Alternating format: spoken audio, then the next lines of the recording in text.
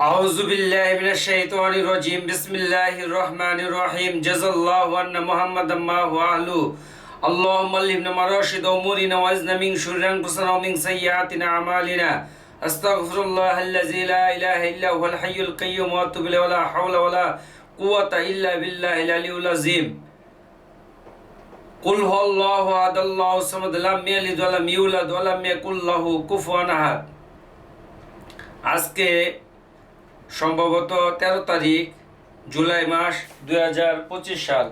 আল্লাহ সুবহানাহু ওয়া তাআলা দরবারে লক্ষ লক্ষ শুকরিয়া আদায় করি যে আল্লাহ সুবহানাহু ওয়া তাআলা আমাকে কথা বলার মতন তৌফিক দান করছেন। কয়েকটা দিন একটু ক্লান্তি বোধ করার পরে আজকে আবার হুট করে লাইভে আসলাম। যাক, আল্লাহ সুবহানাহু ওয়া তাআলার ইচ্ছা। আল্লাহ তাআলা বলেন, ইয়াখলুকু মা ইয়াশা, আমি যখন যা ইচ্ছা তাই করি।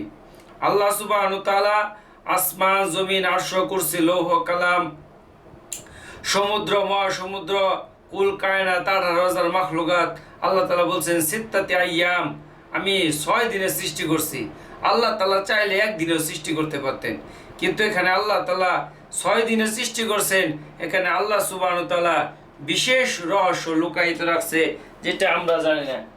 এখন আল্লাহ তাআলার ব্যাপারে আমরা যেটা জানি না ওটা নিয়ে আসলে আলোচনা বা ওটা নিয়ে ওই ধরনের বাড়াবাড়ি না করাই ভালো। কারণ আল্লাহ তাআলার ইলম থেকে আমাদের ইলম যারা পরিমাণ, আল্লাহ তাআলা যে ইলম দিছে, এখান থেকে জিবরাইল আলাইহিস সালাম, তারপর নবী মুহাম্মদ সাল্লাল্লাহু আলাইহি ওয়াসাল্লাম, ওখান থেকে সারা নবী এবং সমস্ত নবীদের এবং সমস্ত কুল কায়নাতের ওই সমুদ্রের যে সুয়ের আগার বরাবর যতটুক পানি আছে, সমুদ্র মহাসাগর যতটুক সুয়ের আগালের ভিতরে যতটুক পরিমাণ পানি আছে, ওই পরিমাণ জ্ঞান সারা পৃথিবীর জিন এবং ইনসানকে আল্লাহ সুবহানাহু ওয়া তাআলা দিয়েছেন।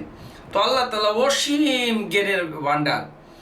বলছে আল্লাহ তাআলা এমন এমন মাখলুক তৈরি করে রাখছে, 7 আসমান জমিনকে এক লুকমায় খাইয়ে ফেলাবো। এখন ফেরেশতারা জিজ্ঞেস করলো, ইয়া আল্লাহ, এই 7 আসমান জমিনকে এক লুকমায় খাইয়ে ফেলাবো, এরকম তুমি মাখলুকাত সৃষ্টি করে রাখছো, এরকম তুমি সৃষ্টি করে রাখছো, এই সমস্ত সৃষ্টিজীব কোথায় আছে? তখন আল্লাহ তাআলা বললে যে এগুলো আমার এলেমের ভিতরে আছে, এগুলো আমার এলেমের ভিতরে আছে। আর এরকম মাখলুকাত আমি একটা বানাই নাই, অগণিত মাখলুকাত বানাই রাখছি, আর এরা এই মাঠের ভিতরে বিচরণ করতেছে। এখন 7 আসমান জমিনকে এক লুকমায় খেলাবো একটা মাখলুকাতে, আর এরকম অসংখ্য মাখলুকাত বানাই রাখছে, আর এগুলো একটা মাঠের ভিতরে বিচরণ করতেছে। এখন 7 আসমান জমিনের পরিমাণটা কতটুকু? আল্লাহ সুবহানাহু ওয়া তাআলা, আমরা এই পৃথিবী নামক গ্রহের ভিতরে বাস করি। 288টার মতন দেশ আছে। 288টা, বাংলাদেশটা প্রায় আমেরিকা, রাশিয়াটা বোধহয় 63টা দেশের মতন সমান হবো, আমেরিকা বোধহয় 33টা দেশের মতন সমান হবো। এখন পৃথিবীর 4 ভাগের 3 ভাগ হইতেছে পানি, আর 1 ভাগ হইতেছে মাটি। তাহলে আল্লাহ সুবহানাহু ওয়া তাআলা কত বড় এই পৃথিবীকে বানাইছেন। এখন পৃথিবী একটা গ্রহ, সূর্য একটা গ্রহ, চন্দ্র একটা উপগ্রহ, মঙ্গল, বুধ, ইউরেনিয়াম, নেপচুন, প্লুটো, এরকম অনেকগুলা গ্রহ, তারা এগুলো শূন্যের ভিতরে করতেছে। আর এই একটা সেকেন্ডে আলোর গতি 1,86,000 মাইল। একটা নক্ষত্র থেকে আরেকটা নক্ষত্রের দূরত্ব কয়েক হাজার আলোর বছরের দূরত্ব। বলছে যে একটা নক্ষত্র থেকে আরেকটা নক্ষত্র এতটুক ডিস্টেন্স, এতটুক ফারাক, এতটুক ডিভাইডেড, যে 1 সেকেন্ডে আলোর গতি 1,86,000 মাইল, 1 মিনিটে কত, 1 ঘন্টায় কত, 1 দিনে কত, 1 মাসে কত, 1 বছরে কত, বলছে কয়েক লক্ষ আলোর বছর। একটা নক্ষত্র সূর্যের চেয়ে কোটি কোটি গুণ বলো। বলছে হাজার হাজার নক্ষত্র মিলে একটা ছায়াপথ গঠিত হয়েছে। আর এরকম ছায়াপথের সন্ধান এই বর্তমান প্রযুক্তির বিজ্ঞানী স্টিফেন হকিং, সে বলে গেছে অগণিত ছায়াপথের সন্ধান সে পেয়ে গেছে। যে বালু গোনা যেরকম অসম্ভব এইরকম ছায়াপথ গোনা অসম্ভব। আর এই ছায়াপথ গুলা ব্ল্যাক হোল কালো গুহা আছে, এই গুহার ভিতর দিয়ে পাশ দিয়ে যখন যায় এত ছায়াপথ গুলাকে লজের মতন চুষে খায় ফেলা, তাহলে এই গুহাগুলা কত বড়। এখন এইগুলা যা কিছু আছে প্রথমে আসমানের নিচে। আল্লাহ সুবহানাহু ওয়া তাআলা বলতেছেন যে প্রথম আসমানের নিচে এবং যা কিছু আছে সবকিছু একটা বস্তু বা আল্লাহ তাআলার কুদরতি ভাবে এটাকে দ্বিতীয় আসমানের সামনে নিক্ষেপ করলো, এইভাবে নিক্ষেপ করলো। আল্লাহ সুবহানাহু ওয়া তাআলা কোরআনের ভিতরে স্পষ্ট আয়াতের ভিতরে বলে দিয়েছে যে পেঁয়াজের খোসা অথবা একটা হাতের আংটি বরাবর ওই দ্বিতীয় আসমানের সামনে এই প্রথম আসমান এবং এর ভিতরে ছায়াপথ গ্যালাক্সি বা আপনার কি করে কয় এই ব্ল্যাক হোল এবং সৌরজগৎ যা কিছু আছে, সাগর মহাসমুদ্র খাল বিল নদী নালা এভরিথিং এ টু জেড সব কিছু মিলে প্রথম আসমানের ভিতরে যা আছে দ্বিতীয় আসমানের সামনে এতই নগণ্য এতই ছোট যে একটা পেঁয়াজের খোসা অথবা একটা আংটির সমতুল্য। ঠিক তেমনি ভাবে দ্বিতীয় আসমানকে এবং প্রথম আসমানে যা কিছু আছে সব কিছু দইরে তৃতীয় আসমানের সামনে মিলে মারার সাথে সাথে আল্লাহ সুবহানাহু ওয়া তাআলা বলেন যে পেঁয়াজের আংটি বা একটা কি করে কয় পেঁয়াজের খোসা অথবা একটা আংটির সমতুল্য। ঠিক তেমনি ভাবে দ্বিতীয় আসমান তৃতীয় সামনে আসমানের সামনে এতটুকু নগণ্য, এইরকম ভাবে সপ্তম আসমানের সামনে নগণ্য এবং সপ্তম আসমান এবং যা কিছু আছে এভরিথিং এ টু জেড আল্লাহ তাআলা আরশের সামনে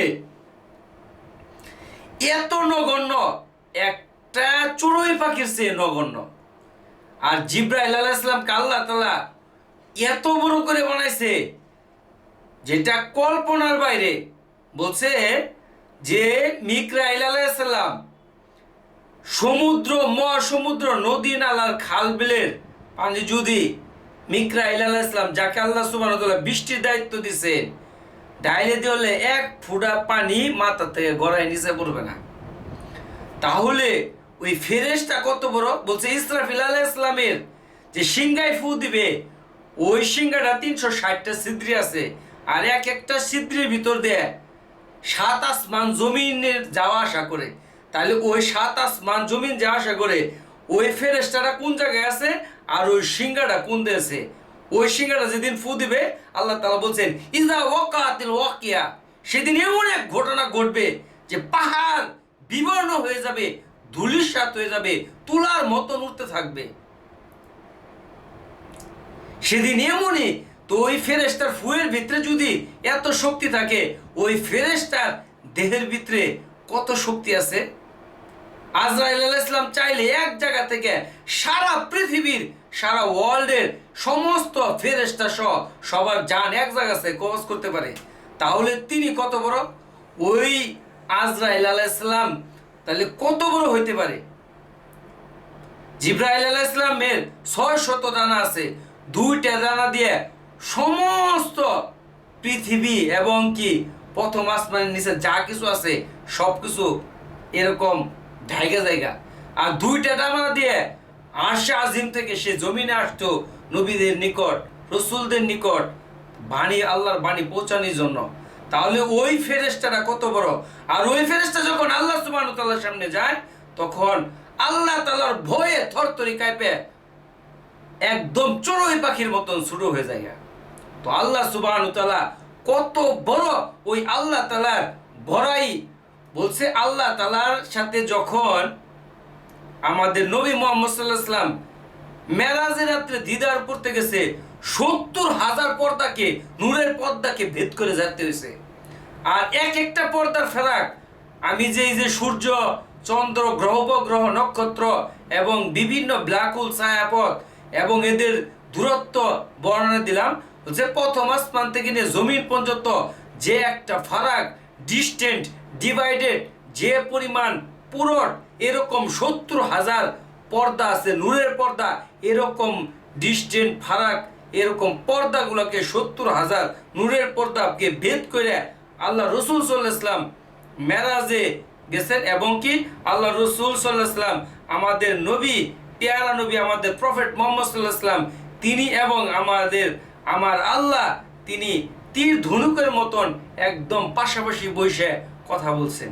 সেই জন্য আমাদেরকে সব সময় যত রকম কষ্ট, বিপদ, আপদ, বালা, মুসিবত, এভরিথিং এ টু জেড যা কিছু আসতেছে এটা আল্লাহ তাআলার পক্ষ থেকে আসতেছে। আল্লাহ তাআলা বলেন, ইজা আসাবা মিন মুসিবাতিন ইল্লা বিইজনিল্লাহ, আমার নির্দেশ ব্যতিরেকিত তোমার নিকট কোনো বিপদ আসতেই পারে না। আর আমার নিকট যখন বিপদ আসবো তখন আমি বলবো আলহামদুলিল্লাহ। আল্লাহ তাআলা বলেন, ইন্নাল্লাযিনা ক্বালু রাব্বুনাল্লাহ, যারা বলে আমার প্রভু আল্লাহ, সুম্মাস্তাকামু, তারা ওই কথার উপর অটল থাকে, তাতানাজ্জালু আলাইহিমুল মালাইকাতু, আমি তার নিকট মউতের সময় ফেরেশতা নাযিল করি, আর ফেরেশতারা বসে, আল্লাহ তাখাফু, তুমি কোনো ভয় করিও না, ওয়ালা তাহজানু, তুমি কোনো চিন্তাও করো না, ওয়া আবশিরু বিল জান্নাতিল্লাতী কুনতুম তুআদুন, তুমি ওই জান্নাতের প্রতিশ্রুতি শোনো যে জান্নাত সম্পর্কে আল্লাহ সুবহানাহু ওয়া তাআলা তোমার সাথে ওয়াদা করছেন। এবং যখন মৃত্যুর পর রাখা হবে তখন ফেরেশতা বলবো, নাহনু আউলিয়াকুম ফিল হায়াতিদ দুনিয়া ওয়া ফিল আখিরাহ ওয়ালাকুম ফিহা মা তাশতাহি আনফুসুকুম ওয়ালাকুম ফিহা মা তাদউন নুজুলাম মিন গফুরুর রাহিম। যে আমরা দুনিয়াতে তোমার বন্ধু ছিলাম, তুমি দেখো নাই, তোমাকে বিভিন্নভাবে হেল্প করা হয়েছে, তোমাকে বিভিন্নভাবে সাহায্য করা হয়েছে, তোমাকে বিভিন্নভাবে মদত করা হয়েছে, তুমি দেখো নাই। আমরা তোমাকে প্রতি মুহূর্তে বিভিন্নভাবে গাইড করছি, হেফাজত করছি, তুমি দেখো নাই আমরা দুনিয়াতে তোমার বন্ধু ছিলাম, এবং কি আখিরাতেও আমরা আবার তোমার বন্ধু থাকবো, এবং এখানে তোমার যা মন চাই তুমি এখানে তাই করো, এবং কি তুমি এখানে এই কি করে কয় দেশের ভিতরে তুমি এখানে পরিভ্রমণ করো, রাজ্যের ভিতরে তুমি পরিভ্রমণ করো। যে একটা যে নিম্নমানের ইমানদার তাকে এই দুনিয়ার সমান আল্লাহ সুবহানাহু ওয়া তাআলা বলেন 10 দুনিয়ার সমান একটা জান্নাত তাকে আল্লাহ সুবহানাহু ওয়া তাআলা দান করবে। সেজন্য আমরা যে কোনো অবস্থায় থাকি, আল্লাহ তাআলা বলছে আমার সাথে যদি বান্দা শরীক না করে, আমি বান্দার সাথে ওই আচরণটাই করব, যদি আমার সাথে শরীক না করে আমি এক সময় তাকে জান্নাতে, দুনিয়া আখিরাতের শাস্তি যাই দেখ, ঠিক আছে, তারপর আমি তাকে জান্নাতে নিয়ে যাবই, যদি সে ইমানের উপর অবিচল থাকে। আর যদি ইমানের উপর অবিচল না থাকে, আল্লাহ তাআলার প্রতি দৃঢ় বিশ্বাস তার না থাকে, আল্লাহ তাআলা বলছে যে সে কখনোই জান্নাতে যাইতে পারবে না। সেই জন্য আমাদের মূল টার্গেট, আমাদের মূল উদ্দেশ্য হইতেছে আখিরাত। আমরা দুনিয়াতে আসছি পরীক্ষা দেওয়ার জন্য, ইমানি পরীক্ষা দেওয়ার জন্য আমরা ইমানি পরীক্ষা দিতেছি। আল্লাহ সুবহানাহু ওয়া তাআলা আমাদের চেহারা, রূপ, সুরত কোনো কিছুই দেখে না।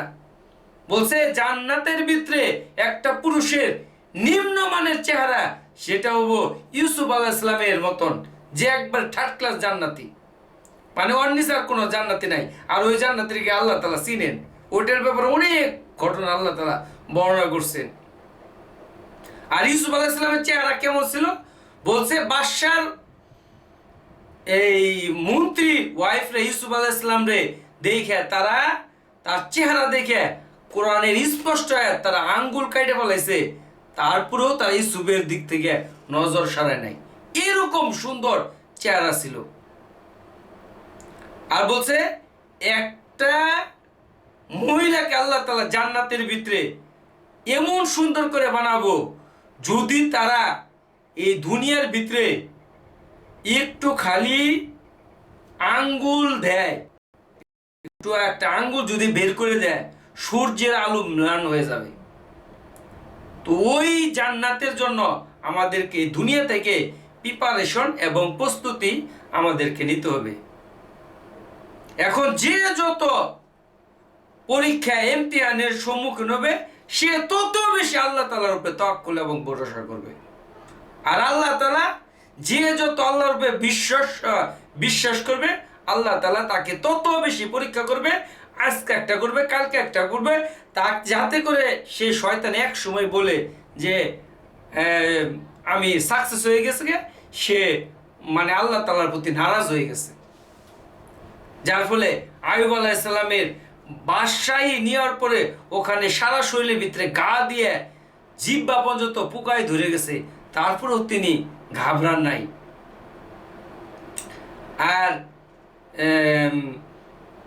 তার একটা বিবি ছিল রহিমা, সে তার জন্য যে পরিমাণ কষ্ট ক্লাস করছে যেটা দৃষ্টান্ত হয়ে থাকবে। কিন্তু আরো অনেক স্ত্রী ছিল, তারা সবাই চলে গেছে। সেই জন্য আমরা আল্লাহ সুবহানাহু ওয়া তাআলার যে বড়াই এবং বরত্ব আছে, আল্লাহর বড়াই এবং বরত্বের সামনে আল্লাহ তাআলা বলছেন খুলিকাল ইনসানা দাঈফা, আমি অত্যন্ত দুর্বল করে বানাইছি। মাকড়সায় গরম মধ্যে জাল তুলছে আর বিশাল হুঙ্কার দুমকার করতেছে। আল্লাহ তাআলা একটা ঝাড়ু দিয়ে সমস্ত কিছু আওলাই দিতে পারে। আল্লাহ তাআলা বলছেন অত ইজ্জু মাংতাসা অত জিল্লু মাংতাসা, আমি যাকে চাই তাকে ইজ্জতের আসনে বসাই দেই, আবার যাকে চাই তাকে আমি বেইজ্জতের চরম শিকারে বসাই দেই। এটা আমি একমাত্র পারি, এটার এইখানে কারোরই কোনো চুচারা করার কোনো এখতিয়ার নাই। আমি আল্লাহ তাআলা সবকিছুর মালিক। আল্লাহ তাআলা বলছেন ওয়া মাকারু মাকারুল্লাহ, তুমি যতই চিন্তা চেতনা যতই পলিটিক্স করো না কেন, আমি যে চিন্তা চেতনা করছি, আমি যে পলিটিক্স করছি, আমার যে কল্পনা চিন্তা চেতনা এটাই বাস্তবায়ন হবে। সেই জন্য আমরা সর্ব অবস্থায় সর্ব মুহূর্তে আল্লাহ তাআলার উপর পরিপূর্ণ বিশ্বাস রাখবো, আল্লাহ তাআলার উপর পরিপূর্ণ তাওয়াক্কুল করব। এই ব্যাপারে কোনো ধরনের আমরা মানে টেনশন করব না এবং কোনো এই ব্যাপারে আমরা কখনো হতাশ হব না। কারণ হতাশা হইতেছে শয়তানের সবচেয়ে মরণ ফাঁদ এবং সবচেয়ে বড় অস্ত্র। কারণ বান্দাকে যদি শয়তান হতাশ করে দিতে পারে তাহলে শয়তান সাকসেস হয়ে যায়। আমার যা যা ঠিক মতো সকাল সকাল খাওয়ার পর, সেই জন্য বান্দাকে যাতে করে হতাশ না করতে পারে। শয়তানের কাজ হইতেছে বান্দাকে হতাশ করা। শয়তানের সবচেয়ে বড় শক্তি সেটা হলো বান্দাকে হতাশ করে দেওয়া। নাই আমার কিছু নাই, আমার তো একটা পা নাই, আমি হতাশ হইলে হতাশ হবে না। মানুষে বিভিন্ন ভাবে আমাকে কষ্ট দেওয়ার জন্য চেষ্টা করে, আমি এতে কষ্ট পাই না। আল্লাহ তাআলা এইটাই আমার জন্য তকদিরে ফয়সালা করে রেখে দিয়েছে। আলহামদুলিল্লাহ, আমি খুশি আছি। সেই জন্য আল্লাহ তাআলার উপর পরিপূর্ণ বিশ্বাস রাখা। আমরা যে যার অবস্থানে আছি ওখান থেকে কুল্লি মুসলিম ইখওয়াতি, সমস্ত মুসলমান ভাই ভাই একে অপরের প্রতি শ্রদ্ধাশীল হই, একে অপরের প্রতি আন্তরিকতা হই, একে অপরের প্রতি ভ্রাতৃত্ব বজায় রাখি। ধর্ম বর্ণ গোত্র সর্বোপরি আমরা সবাই একে অপরের প্রতি আন্তরিক হই। আর আমরা বাংলাদেশে বাস করি, বাংলাদেশের সংবিধানকে মেনে চলার জন্য চেষ্টা করি। আমরা এমন কোনো কাজ করব না যেটা আল্লাহ তাআলা নারাজ হয় এবং আমার কৃতকর্মের কারণে আমার এক সময় এর জন্য বেইজ্জতি ভোগ করতে হয়, আমার এর জন্য আমাকে হতাশ হইতে হয় এবং নিজের কাছে নিজেরই লজ্জিত হয় এবং আল্লাহর দরবারে আমাকে যাতে পাকড়াও না হইতে হয়। সেই জন্য আমাদের আসল লক্ষ্য হইতেছে আখিরাত। দুনিয়া হইতেছে আমাদের, এখান থেকে আমাদের চলে যেতে হবে। আমার এই জায়গাতে আমরা থাকতে আসি নাই, কেউ থাকতে পারে নাই।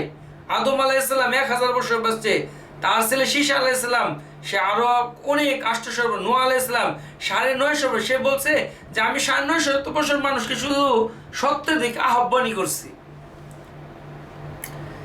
এরকম ভাবে অনেকে অনেক বছর বাঁচছে, কিন্তু আল্লাহ তাআলা এই জমিনে কাউকে রাখেন নাই।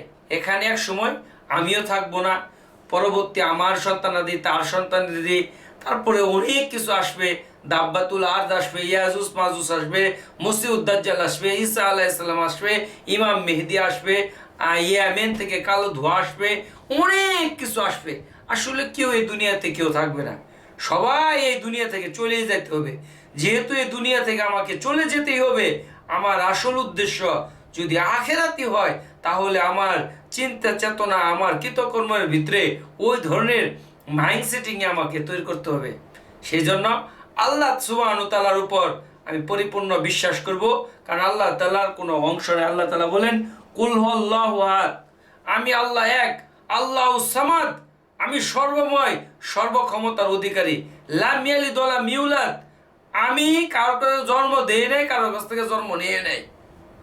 ওয়া লাম ইয়াকুল লাহু কুফুয়ান আহাদ, সমস্ত কিছু আল্লাহ তাআলার উপর মুখাপেক্ষী, সবাই মুহতাজ, এমন কোনো কেউ নাই যে আল্লাহ তাআলার মুহতাজ না, সবাই আল্লাহ তাআলার মুহতাজ। সেজন্য আমরা ধর্ম, বর্ণ, গোত্র সর্বোপরি আমরা ভ্রাতৃত্ববোধ বজায় রাখি এবং আমাদের কৃতকর্মর দ্বারা আমরা যাতে করে এমন কিছু না করি যার দ্বারা বহির্বিশ্বে আমাদের মুসলমানের বদনাম হয়, আমাদের মুসলমানকে দেখে মানুষ যাতে হাসাহাসি না করে। কারণ আল্লাহ তাআলা মুসলমানদেরকে বরযাত্রীর সঙ্গে তুলনা করা হয়েছে।